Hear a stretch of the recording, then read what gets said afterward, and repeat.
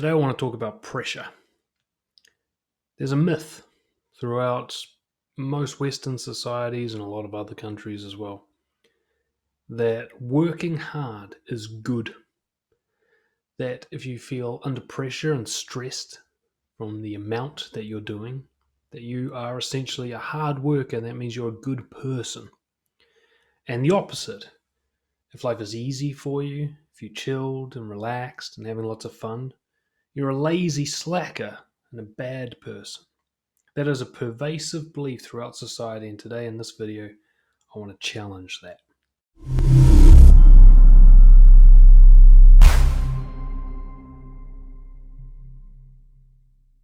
I've had a funny experience coming to Czech Republic, because of the culture here, which is very much in the traditional hard-working mindset. Basically, you get what I call suffering bragging here. People brag over how much worse their life is than other people's. They try to beat each other with suffering. This isn't the only country I've seen this take place in. In fact, it might be all over the world, certain people. This idea like, if I have to work harder than you and my life is more stressful than yours and I have more problems on my plate than yours, I'm essentially a better person than you. That idea. And so when I came over here with my job that I do, which is mostly sitting at a computer, and it's only a few hours a day for pretty decent money. And I'm meeting all these people who do 9, 10, 12-hour days, often by choice. And when they're not working like for their job, for income, they're taking on all these extra projects and making themselves very, very busy all the time. I'd go to lunch at someone's house, and before we've even finished eating, they're doing the dishes. They're constantly moving. They can never just chill. It's not everyone in this country, but certainly it's a cultural thing. Like, people here try to do things the hard way, it appears to me. They try to make as much work out of something as possible. They insist on doing everything on their own rather than paying someone else to do it. And it eats up all their time, so they're constantly doing stuff themselves. Very individualist country. And only rich people hire someone to do a job. It's that kind of culture. And to this day, I'm really not accepted for the way that I live and for my philosophy and view on work. I'm seen essentially as some sort of weird, lazy person. A lot of us have been raised with pressure. This idea that pressure equals performance.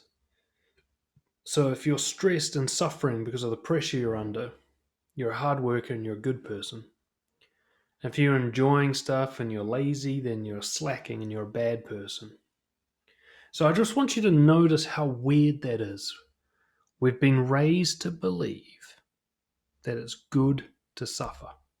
We're raised to believe that a good life is one we don't actually enjoy. I mean, how many of you feel ashamed of having time out, relaxing and enjoying yourself? You feel like you have to have an excuse for it, like you're allowed to go on holiday from work. So you can relax if you go to another country for a designated vacation. But you can't just take a day off a week and chill. And when you finished your work early, you can't just go home and watch TV. Then you're a lazy person and you're bad, a bad person. And anytime we hear of somebody who sort of makes a good income working fuck all, we think it's some sort of scam. And we think that person should be busier. And we take pride in our own busyness, even though we don't enjoy it. We'd rather not. We're trying to get to the end of the list all the time, and yet as we do so, we just keep adding things to the list so that it never ends, and we're always busy. How many of you do this? No point in trying to figure out why this happens, but my hypothesis, I guess, is that this came from the birth of capitalism. The idea of the original capitalists, the overlords, going, how do we make a culture where people believe that working hard for very little money is good? You can see why that would be beneficial to the ancient business owners and landowners of yore, the old people. And that's essentially what's happened, isn't it? You go to a workplace, you work most of your waking hours there. They take a majority of the profits you make for them, and you thank them for the job. And you brag about how hard it is and how miserable you are to others. It sounds like you're complaining, but you're actually bragging. and you're trying to beat others in how miserable you are. And so all of us proletariat, our proles, we're sitting there trying to outdo each other with complaints about how hard our lives are, while somebody else profits off this. Either the business owner, or maybe there's certain family members that profit off you feeling guilty and working hard all the time, or whatever. There's somebody profiting off this culture that you're raised in. And you'll notice, and here's the worst bit, that all the successes and achievements in your life, you actually give pressure the credit for that. Because you're always feeling under pressure, whenever you actually succeed at something or do well, you think it was because of the pressure I put on myself. Like, if I got an A on my assignment at university, it's because I put a lot of pressure on myself to do it well. And you think, well, because pressure happens at the same time as success, pressure must therefore be the cause of success. And you're falling for one of the oldest and most devastating of the cognitive biases, believing that correlation is causation. I want to put an idea in your head. All that success you've ever had in your life, all the things you've ever achieved and done well, happened in spite of pressure, not because of it. Once you wrap your head around this, you could have done even better if you weren't under pressure. A lot of you won't believe that. You think that's not possible, but you've never tested it. You've always been under pressure your entire life to do well, to exceed, to please other people, to fit in with society. And because every time you do well, that pressure is present, you assume one causes the other. But as I had a client said once about honesty, it feels like pushing words through a wall. That might actually be only a small potential of your ability. You succeeding isn't even that great compared to what you could do if you weren't under pressure. Because you know what pressure is? Resistance. It's something to push against, which means you're resistant. You're doing less than you could because you've got an obstacle in the way. And if you ever doubt this, look at the greatest achievers we have on our planet. There are people putting fucking robots on Mars. There are people who run society. There are people who create amazing pieces of art. There are people in your field of expertise who excel above you. They're so much better than you.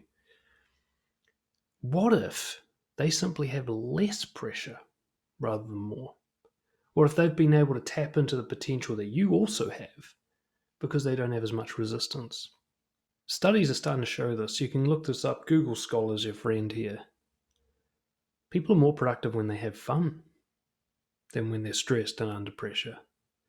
People are more productive when they get an intrinsic reward from the value of their work than when you pressure them with an extrinsic reward like money or a promotion or approval.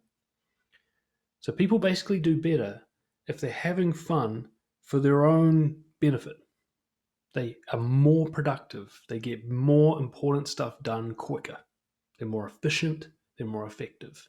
So how is it that pressure is helpful when studies are showing that if you take it off, people do better? How is it that hard workers are being outperformed by smart workers who are having fun? What does that tell us? Is it possible that we've all been believing something that's not fucking true? It's happened before. COVID's been a big wake-up call for this. A lot of you have had to work from home with COVID, and I bet a lot of you noticed you can get your work done a lot quicker when no one's watching. Have you noticed that? Have you noticed when you don't have to serve an 8-hour sentence every day, that you can get your shit done in like 3 or 4 hours and the rest of the day's yours? You know, maybe you spread that 3 or 4 hours out over 8 hours, but essentially you get to fuck around a lot. Tim Ferriss talked about this in his book, The 4-Hour Work Week, and it's been established with various people who studied the Pareto 80-20 principle. But essentially, of an 8-hour day, people are only really being of any value about 2 or 3 hours of those days. The rest of the time, they're just filling a seat in terms of the actions they take. Like, you think of how much time you might spend at a job rechecking emails, right? How much money does that earn for the company? Nothing. But then you spend half an hour on a sales call and make a big sale for the company. Did you really need to work more than that half an hour when the other 7.5 was spent just checking emails and doing nothing? Why couldn't you just go home? The problem is the word productive has been defined as getting a lot done. There's been very little consideration given to the value of the quality of what's being done, just as long as it's a big list of things. Essentially, the more that you got on your task list, the better you are. But is that productive? If I get a lot of pointless things done, am I more productive than the guy who got one valuable thing done? If I worked 8 hours, basically wasting time with busyness, am I more valuable employee than the person who works 1 hour making 10 grand for the company and then goes home? I want you to redefine productive. There's a few definition points. One is maximum efficiency point. There's a certain point at which any further effort is pointless. Okay? There's a certain point of productivity where if you do more, you're actually going backwards. For example, if you're working out, at a certain point your muscles have had enough for the day. So if you do any more workout, you're not going to get any bigger muscles, but you are going to damage them, which will build up, and they'll get inflamed, it builds up fatty tissue. It takes you longer actually to make progress. There have been great bodybuilders who have shown that they can make more progress with a 10-minute or 20-minute workout per day than the guys who spend 6 hours a day at the gym, 4 different sessions, right? It can happen like if let's say you're writing a book, at a certain point your brain's done. Like you just can't write anymore. If you keep writing, you're only going to confuse the book. You're going to have to cost yourself more in editing because you've made a mess of it. I've got a few of my tattoos that I drew myself, and at some point they were pretty good, and then I kept drawing, and then they got worse. And then I got them tattooed on me permanently. But there's this thing, maximum efficiency point. At some point, it isn't perfection, but it is done. There's nothing more you can do to improve on it. You have an image of your head of more, but that's imaginary. It doesn't meet reality. You can imagine yourself doing more push-ups, but it doesn't mean that that's actually helpful to do. Maybe your 10 slow push-ups today is the best amount you could do for your muscles. Any more, and you're just going backwards. So one thing about productivity is to define it as finding the maximum efficiency point, which is another way of saying what's the least amount you can do for the best available impact, not what's the most you can do. Another one, increased well-being and enjoyment. Why doesn't productive get defined as anything that increases your well-being and your enjoyment of life? Anything that increases your quality of life? So if you're doing something and it decreases your quality of life, how can you call that productive? I'd say that's very unfucking productive. What's the point of living if you don't want to enjoy it? Right? If you just want to be miserable here, why be here at all? I don't mean enjoy it like feel high and happy, but have satisfaction and contentment and feel like you've got a meaning and purpose. That's what I mean by enjoyment.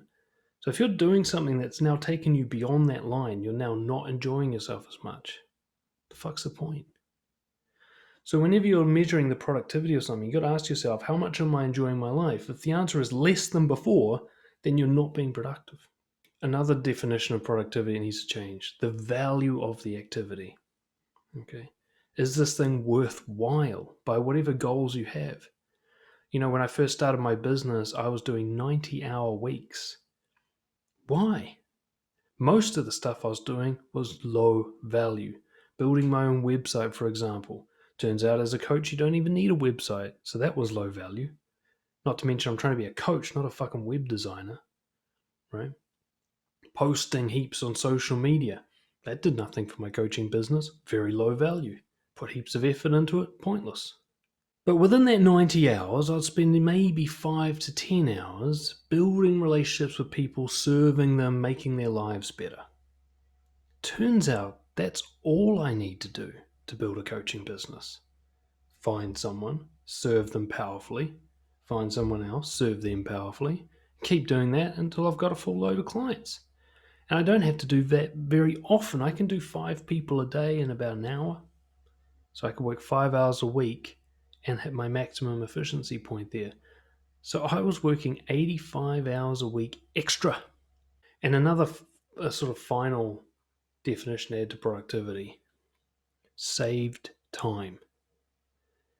If you think about life as like you got 2 things you get to do: the stuff you like and the stuff you got to do to survive long enough to do the stuff you like. Okay? to provide the resources to do the stuff you like. So, like, if you enjoy socializing, then you've got to do the bit where you meet people and build a relationship with them, right? So you got to do that hard bit to have the good bit. If you enjoy being healthy and fit, then you've got to put effort into nutrition and fitness, right? Exercise. If you want to have your own business, then you can put effort into building it. So there's always those two elements of behavior. Save time is what's the least I can do in this category to get the most in this category? What's the least amount of effort I can put in to get the most quality of life? So if you find that you're working more hours here than you're getting over here, then you're unproductive. If it takes you 6 hours of working out to get a little bit healthier, you're unproductive. But if it takes you 20 minutes a day to stay in incredible good health, you're very productive. So why would you do more than 20 minutes? That would be a waste of time. Tim Ferriss, in his book 4 Hour Workweek, talks about the new rich, which is basically a new definition of what being rich means. Being rich, the old rich, used to be an accumulation of cash and assets. You had a lot of wealth that was measurable. But listen to this question I've got written down here. Who is better off? The lawyer who's making $1 million a year, working 80 hours a week as a partner in a law firm, or the property investor who's making $100K a year, 10% of what the lawyer's making, and they only work 4 days a week, and of that, they only work 8 months a year. So they have 4 months off every year, and they only work 4 days a week. Who's better off out of those two people? It's not a hypothetical question. You're going to have an opinion. Who would you rather be? Who's got a better life? One of them earns only a fraction of what the other one earns, right? The property investor has only a fraction of what the lawyer makes, but the lawyer has only a fraction of the time that the property investment makes.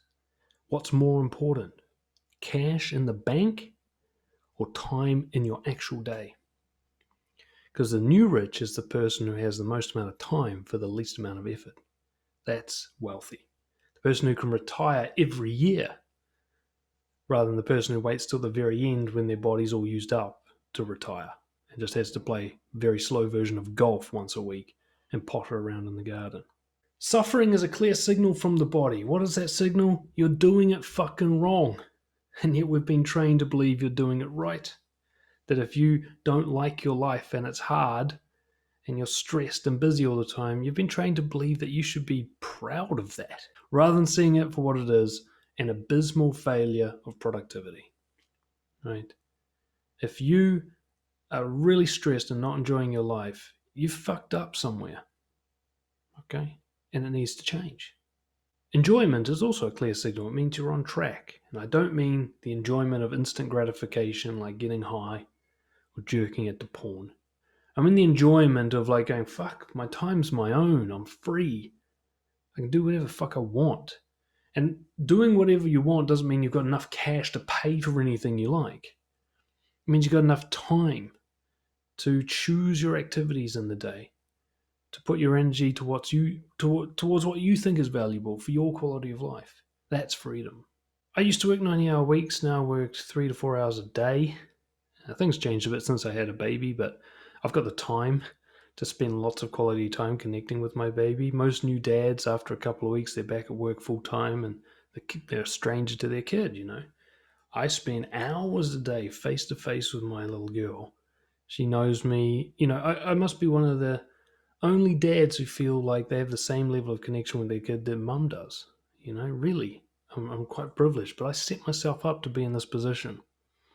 You know, before Lucy even got pregnant, but especially while she was pregnant, I put a lot of effort into reducing the amount of work I was doing while getting the same amount of output. I was like, what are the things I can cut that don't matter?